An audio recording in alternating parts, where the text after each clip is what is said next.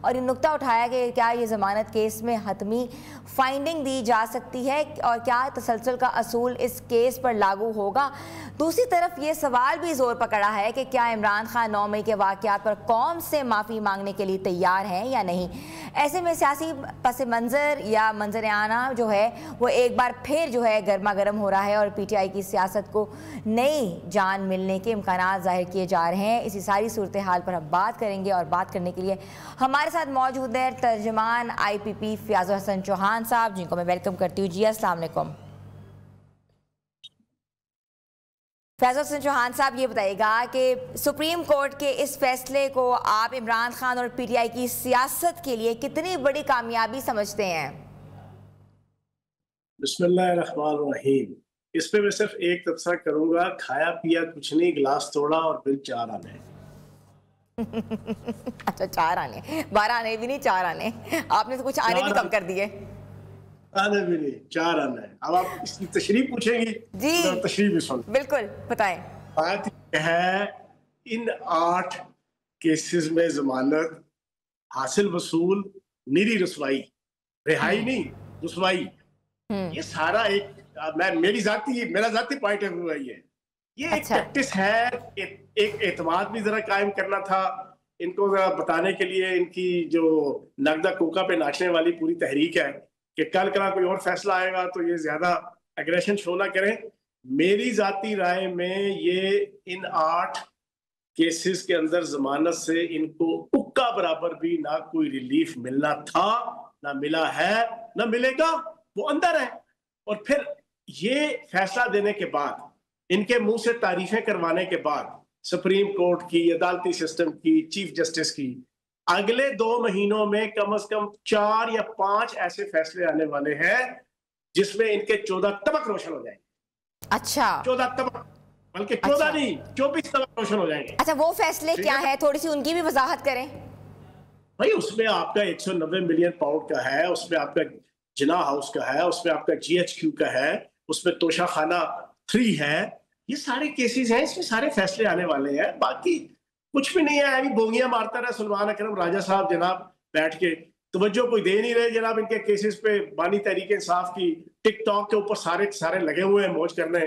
آپ اس سے پوچھو سلمان اکرم راجہ سے، راولپنڈی میرا شہر ہے سوری، اس راولپنڈی کے اندر 12 مقدمات میں سے 7 مقدمات میں بانی تحریک انصاف کو سزا ہوئی اور جناب اس پہ ان کی ضمانت ہی نہیں ابھی تک انہوں نے اپلائی کی۔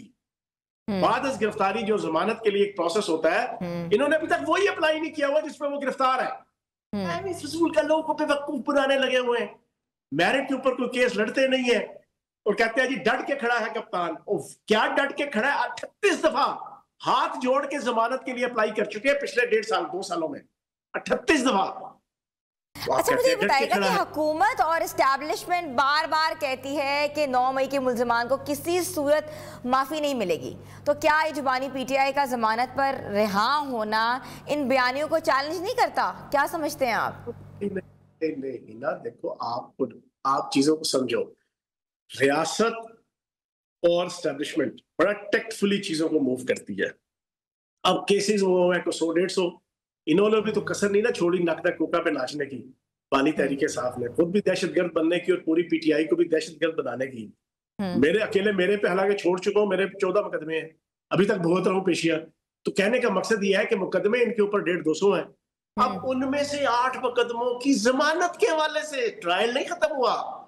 ابھی یہ جو آپ کے یہ سارے لوگوں کو سزائیں ہوئی ہیں فیصل آباد کے اندر، لاہور کے اندر، میاں والی کے اندر، سنے نا کو سزائیں ہوئی ہیں، یہ تو ضمانت پہ باہر پھر رہے تھے، ضمانت پہ باہر پھر رہے تھے نا، بالکل ضمانت پہ باہر پھر رہے تھے۔ جب ٹرائل کمپلیٹ ہوا تو سزائیں ہوگی تو آ جاؤ پائیے، ٹھیک ہے نا جی۔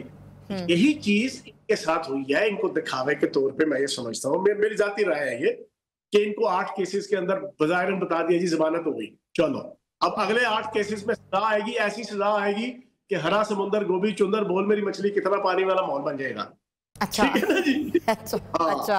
کہ ابھی جو ہے وہ مراحل جو ہیں وہ باقی ہیں مزید۔ اچھا یہ مجھے بتائیے گا، جسٹ این اوپینین میں آپ سے لینا چاہ رہی ہوں کہ کیا بانی پی ٹی آئی جو ہے 9 مئی کے واقعات پر قوم یا اداروں سے باضابطہ طور پر معافی مانگیں گے؟ What do you think؟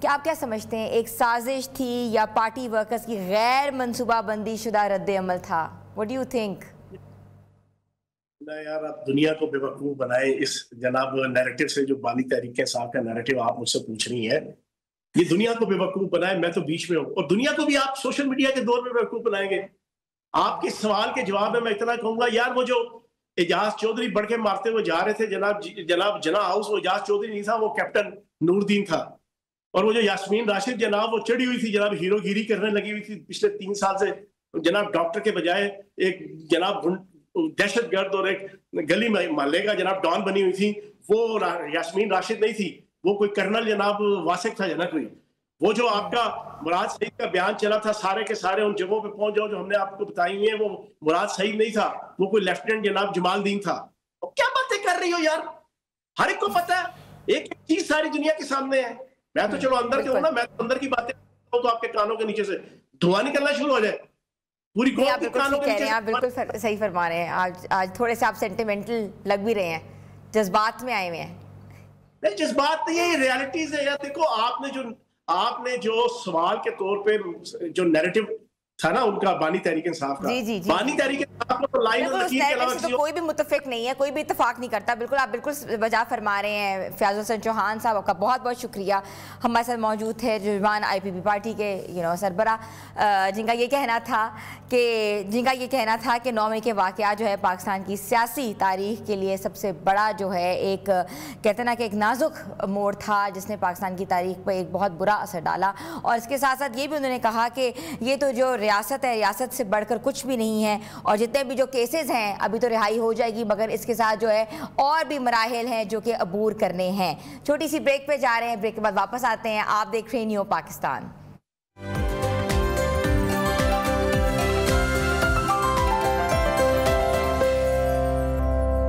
New Pakistan میں آپ کو ایک بار پھر سے ہم خوش آمدید کہتے ہیں۔ ویورز تھوڑی سی بات کرتے ہیں پرسنالٹی ڈیولپمنٹ کے حوالے سے۔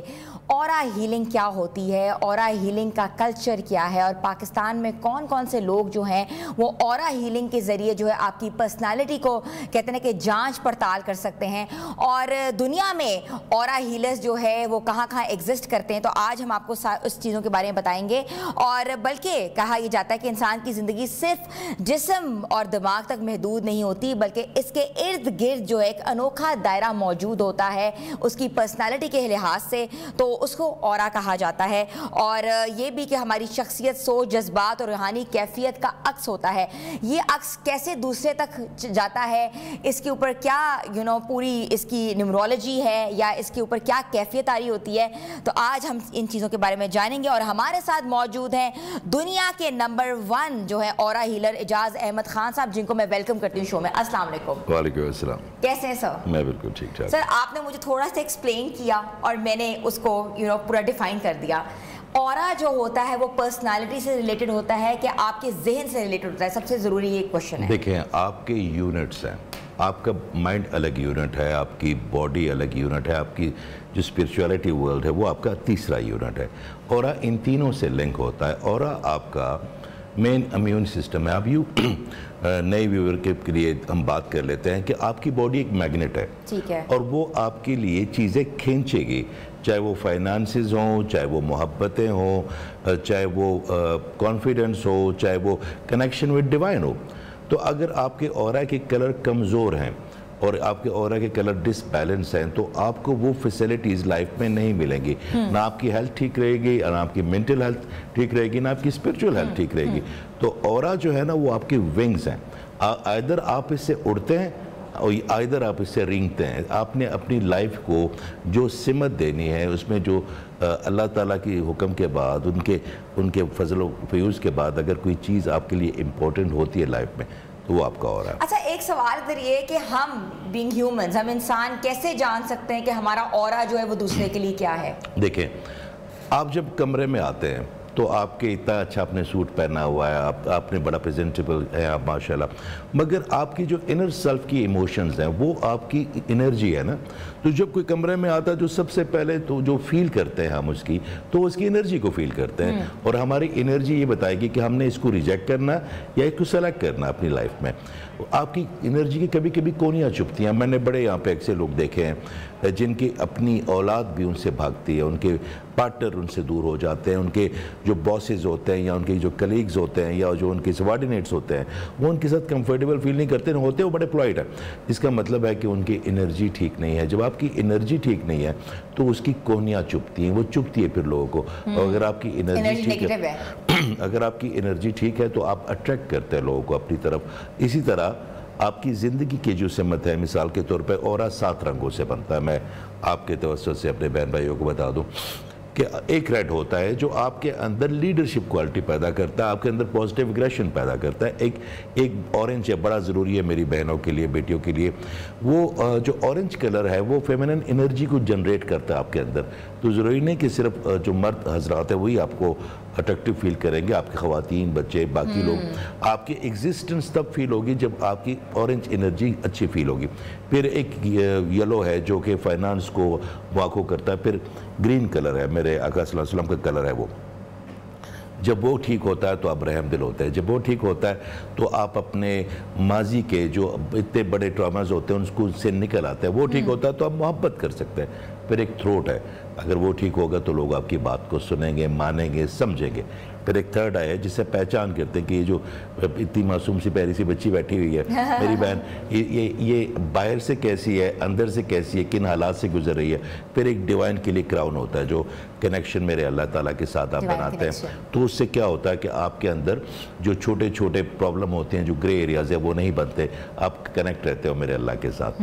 تو اورا آپ کے لیے بہت امپورٹنٹ کلرز کا امتزاج ہے جس سے جو ریزز نکلتی ہیں وہ ریفلیکٹ کرتی ہیں. That's very important. اچھا, اورا کا ہماری صحت پہ کیا اثر ہوتا ہے؟ اگر اورا ہمارا نیگیٹو ہے یا ہم لوگ بہت زیادہ سوچتے ہیں یا کسی کہتے ہیں کہ مصائب کا شکار ہیں, تو اورا کا کیا امپیکٹ پڑتا ہے صحت کی؟ اورا ہی آپ کا مین امیون سسٹم ہے, یا آپ اس کو ایسے کہہ سکتے ہیں کہ اورا آپ کی اسپرچول امیونٹی ہے. اگر آپ کا اورا ٹھیک نہیں ہے تو آپ کا برین ٹھیک نہیں ہے. آپ کا برین ٹھیک نہیں ہے تو سگنل باڈی کو دے گا, تو اس سے جو سیلز بنیں گے وہ سارے نیگیٹو سیل ہوں گے جو کہ اللہ نہ کرے کینسر میں یا آپ کی ڈائبٹیز میں یا ہائی بلڈ پریشر میں یا کسی چیز میں کنورٹ کر سکتے ہیں. آپ کے تھاٹ جب جنریٹ ہوتے ہیں آپ کی باڈی میں, جو آپ اس کو سوچتے ہیں, تو اسی سے پھر سیل بنیں گے نا, فیلنگز بنیں گی, پھر سیل بنیں گے. تو اگر آپ کا اورے کے سارے کلر کمپلیٹ ہیں, آپ شکر گزار ہیں میرے اللہ کے, آپ شکایت کرنے والے نہیں ہیں, آپ راضی برضا ہیں, اور پھر اللہ تعالیٰ تو فرماتے ہیں کہ جو میرا شکر ادا کرتے ہیں میں ان کو اور عطا فرماتا ہوں. ٹھیک ہے, سورہ ابراہیم آیت نمبر 7 میں میرے اللہ نے بڑا صاف کہہ دیا کہ آج میں اعلان کرتا ہوں کہ جو میرا شکر کریں گے میں ان کو اور عطا فرماؤں گا, ورنہ میرا عذاب بڑا سخت ہے. مطلب you don't have any choice, either you will be in gratitude or either you will be in punishment. تو اس سے why not we'll choose the gratitude. ہم اللہ تعالیٰ نے اتنی خوبصورت دنیا بنائی ہے, تو آپ کے جتنے بھی یہ کلر آپ کی باڈی, دیکھیں آپ کا موبائل آپ چارج کرتی ہیں, یہ کیمرہ بھی آپ چارج کرتے ہیں, لائٹ کے الیکٹریسٹی, تو اس طرح آپ کی باڈی چارج ہوتی ہے 7 انرجی پوائنٹ سے, جس کو ہم اس کو چی بھی کہہ سکتے ہیں, آپ اس کو چکراز بھی کہہ سکتے ہیں, آپ ان کو لطائف بھی کہہ سکتے ہیں. اور وہی لطائف آپ کے اندر جاتے ہیں, آپ کی اسپائن کارڈز میں, اور آپ کی پینیل گلینڈ سسٹم اس کو ریفلیکٹ کرتا ہے, پروجیکٹ کرتا ہے آپ کی باڈی کے ارد. اچھا, کچھ لوگوں کا اورا بڑا کمزور ہوتا ہے تو اس کے جو ریڈیس سے بڑا کم ہوتا ہے, کچھ لوگوں کا اورا بڑا پھیلا ہوتا ہے. تو جو بھی اس اورے کے ریڈیس میں آتا ہے وہ اس بندے کی طرف یا اس انسان کی طرف اٹریکٹ ہو جاتا ہے پازیٹیو وے میں. تو اگر آپ کہیں انٹرویو دینے جاتے ہیں تو اپنی طرف سے تو ہم بڑی تیاری میں جاتے ہیں, بڑے تیار ہو کے جاتے ہیں, بڑی اسمائل رکھتے ہیں, مگر سامنے والا فیل کر لیتا ہے کہ آپ کے اندر کیا چل رہا ہے. تو اگر آپ کا اورا ٹھیک ہے تو آپ کی صحت ٹھیک ہے, آپ کی ذہنی صحت ٹھیک ہے, اور آپ کی اسپرچولیٹی وہ بھی. اچھا, مجھے یہ بتائیے گا کہ اگر کسی شخص کا اورا کمزور ہو یا نیگیٹیوٹی کی طرف ہو تو کون سی ایسی علامات ہیں جو کہ ہم پہچان سکتے ہیں کہ دس پرسن از سفرنگ یا ہی ہیز سفرڈ, یا اور بھی بہت سی باتیں دماغ میں آتی ہیں؟ آپ کی ایول آئیڈینٹی بہت جلدی لگ جاتی ہے ان کو نظر بہت جلدی لگتی ہے جن کا اورا بروکر ہو, کیونکہ شیلڈ نہیں ہے نا. پھر ان کو بہت زیادہ مسائل ہوتے ہیں. مثال کے طور پہ ان کے ریلیشن شپ بڑے ڈسٹرب ہو جاتے ہیں, لوگ ان سے ڈسٹنس ہونا شروع ہو جاتے ہیں. پھر کیا ہوتا ہے کہ ان کی جس کو ہم بلاکیج کہہ سکتے ہیں یا عام الفاظ میں جو بندش ہوتی ہے, جو اصل بندش ہے وہ آپ کے اورے کے ٹوٹنے سے ہی ہوتی ہے. خواتین کے بال بہت زیادہ گرتے ہیں, ان کے جسم پہ نیلے بروزز بن جاتے ہیں کیونکہ ان کا شیلڈ جو نیچرل شیلڈ ہے وہ نہیں ہے. تو کوئی بھی نیگیٹو انرجی, چاہے وہ ایول اینٹیٹی کی وجہ سے ہو, چاہے وہ بلیک میجک اینٹیٹی ہو, یا ویسی نیگیٹو تھاٹس ہو, یا کسی ایسی جگہ سے اگر وہ گزرے جہاں پہ نیگیٹو انرجی ہو, تو وہ ان کی باڈی اس کو لے لے گی. آپ کو دیکھیں, آپ کی باڈی ایک میگنیٹ ہے, جیسے میں نے پہلے کہا, اس کی فریکوینسی ہے جو وائبریٹ کرے گی باقی چیزوں کو آپ کی طرف. تو اگر آپ کی فریکوینسی بنی نہیں رہی یا آپ کے اندر وہ وائبریشن کریٹ ہی نہیں ہو رہی جو کہ چیزوں کو آپ کی طرف اٹریکٹ کرے, تو پھر آپ ایک کونے میں بیٹھے ہوئے ہیں, پھر آپ اسٹرگل ہی کارنرڈ ہو جاتے ہیں بالکل, اور آپ بالکل کہتے ہیں لوگوں سے بھی نہیں ملتے. اچھا مجھے بتائیے گا کہ اورا ہیلنگ کا طریقہ کیا ہے؟ جیسے آپ اورا ہیلر ہیں, آپ کے پاس ایک کلائنٹ آتا ہے تو آپ اس کو پہلے جج کرتے ہیں اس کے اورا کو, لیکن ہاؤ ڈو یو نو کہ وہ اندر سے کیا محسوس کر رہا ہے, اس کے پرابلمس کیا ہیں, اس کے بچپن کے پرابلمس کیا ہیں, کیسے آپ اس کو جج کر لیتے ہیں؟ سب سے پہلے ایک بات یاد رکھیے گا, جو ہیلر ہوتا ہے نا اس کے پاس کلائنٹ نہیں آتا. ٹھیک ہے, ہیلر کسی کو تھیراپی کرتے ہیں وہ, آپ عرض سن لیں. ٹھیک ہے, ہیلر کسی کو کلائنٹ نہیں سمجھے گا جب تک ہیلر کسی انسان جو اس کے پاس اللہ نے بھیجا ہے وہ اس کو اپنا فیملی نہ سمجھے, وہ اس کو ہیل ہی نہیں کر سکتا. وہ کوئی اس سے کوئی کمرشل یا میٹیریلسٹک ریلیشن شپ نہیں, ہیلر اگر ہوگا تو وہ نہیں بنائے گا. یا تو اس کے ساتھ بڑی اسٹرانگ باؤنڈری بنے گی, یا پھر اس کے لیے بالکل نہیں بنے گی. اب مثال کے طور پہ آپ میرے سامنے بیٹھی ہیں تو آپ کے کلرز ہیں نا, آپ نے جو پہنا ہے اب وہ تو آپ نے پہنا ہے, مگر آپ کے کلر آپ کے ریئل پرسنالٹی کو ریفلیکٹ کر رہے ہیں. تو اس سے پتہ چل جاتا ہے کہ یہ جو بچہ ہے اس کے کیا مسئلے ہیں, اس کے کیا ایول آئیڈینٹی میں ہے, یا یہ وہ کسی ایسے ٹراما سے پھنسا ہوا ہے کہ جس سے باہر نکل نہیں سکتا یا سکتی. پھر یہ پتہ چلتا ہے کہ اس کی باڈی میں کون سا کلر کم ہے, فائنانس کا کلر کم ہے, محبتوں والا کلر کم ہے, یا اس کے اندر جو فیمنزم انرجی ہے یا مردوں کا جو اورنج ہے جو ریلیشن شپ کو بناتے ہیں وہ کلر کم ہے. تو پھر آپ اس کو انجیکٹ کرتے ہیں, پھر آپ پہلے پوری اس کی باڈی میجر کرتے ہیں, ایک سٹک ہوتی ہے جس سے وہ بتاتے ہیں کہ آپ کی ہیلتھ انرجی کتنی ہے, آپ کی اسپرچول انرجی کتنی ہے, آپ کی فائنانس انرجی کتنی ہے. اس میں ایک بڑی ضروری آپ کی توسط سے ایک بات اپنے بہن بھائیوں کو بتا دو کہ آپ کی باڈی میں ایک سسٹم ہوتا ہے جس کو ہم سمپیتھیٹک انرجی اور پیرا سمپیتھیٹک انرجی کہتے ہیں. آپ کے نروس سسٹم میں آپ کی سمپیتھیٹک انرجی آپ کو کام کرنے کی ہمت دیتی ہے, آپ کو اسٹرگل کرنے کی, اور پیرا سمپیتھیٹک آپ کو آرام کرنے کی, سونے کی. اگر کہیں آپ سینسٹیویٹی آپ کی بڑھ جائے یا آپ کو کوئی ایول آئیڈینٹی ہو جائے تو سب سے پہلے جو ڈیمیج ہوتی ہے ان کی آپس میں میجرمنٹ وہ سمپیتھیٹک انرجی کی اور پیرا سمپیتھیٹک کی ہوتی ہے. تو یا تو ادھر آپ بڑے ورکاہولک ہو جائیں گے, آپ کام کرتے رہیں گے, آپ کو کوئی ہوش نہیں آئے گی کہ یہ بھی میں نے کرنا, یہ بھی میں نے کرنا, اور ایک وقت آتا ہے کہ آپ اتنے لیزی ہو جاتے ہیں. تو اس کو بھی بیلنس اورا ہیلنگ سے ہی کیا جا سکتا ہے. ٹھیک ہے, تو آپ جو تھیراپیز کرتے ہیں اپنی فیملی کے ساتھ تو وہ کیسے کرتے ہیں, کیا گیج ہوتا ہے آپ کا, کیسے آپ کرتے ہیں, کیونکہ جو ویورز سن رہے ہیں ان کے لیے it's a very different information. کوئی بھی آدمی, میں تو آن لائن کرتا ہوں, پہلے اب اتنے زیادہ وہ ہے, آپ اس کو ریڈیوس کہہ لیں, وہ کہہ لیں کہ آپ 1 بائی فزیکلی بڑا مشکل ہو جاتا ہے. تو میں کیا کرتا ہوں کہ آن لائن ان کے اسکیجول کر کے, جب بھی میں کہیں ٹریول نہیں کر رہا, تو اس سے کیا ہوتا ہے کہ پہلے جب آپ کو پتہ چل گیا کہ یہ جو سامنے آپ کا کوئی آبجیکٹ بیٹھا ہوا ہے اور اللہ نے بھیج دیا اس کو, آپ پوسٹ مین ہوتے ہیں. یاد رکھیے گا, کوئی بھی ڈاکٹر, کوئی حکیم,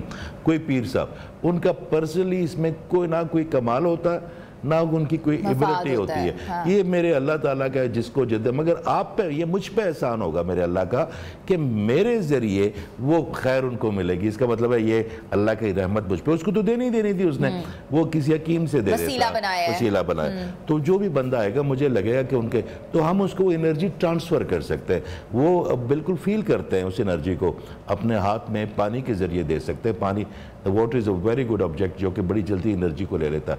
جب اس کو پیتے ہیں, یا پھر ان کی ایول آئیڈینٹی ہوتی ہے, مختلف ایکسرسائزز ہوتے ہیں, کعبہ کی ایک تھراپی ہوتی ہے جو 3 سیکنڈ کی ہوتی ہے, پھر پارڈن تھراپی ہوتی ہے, اور اس کے بعد جب آپ ان کے کلر بھرتے ہیں تو اسی وقت ان کو پتہ چل جاتا ہے کہ لائٹیں تیز ہو گئی ہماری, ہمیں نا یہ درد تھا یہ ختم ہو گیا. پھر آہستہ 2-3 دن میں وہ واپس اپنی لائف میں آ جاتے ہیں, لوگ ان کو ایکسیپٹ کرنا شروع کر دیتے ہیں. And here we go.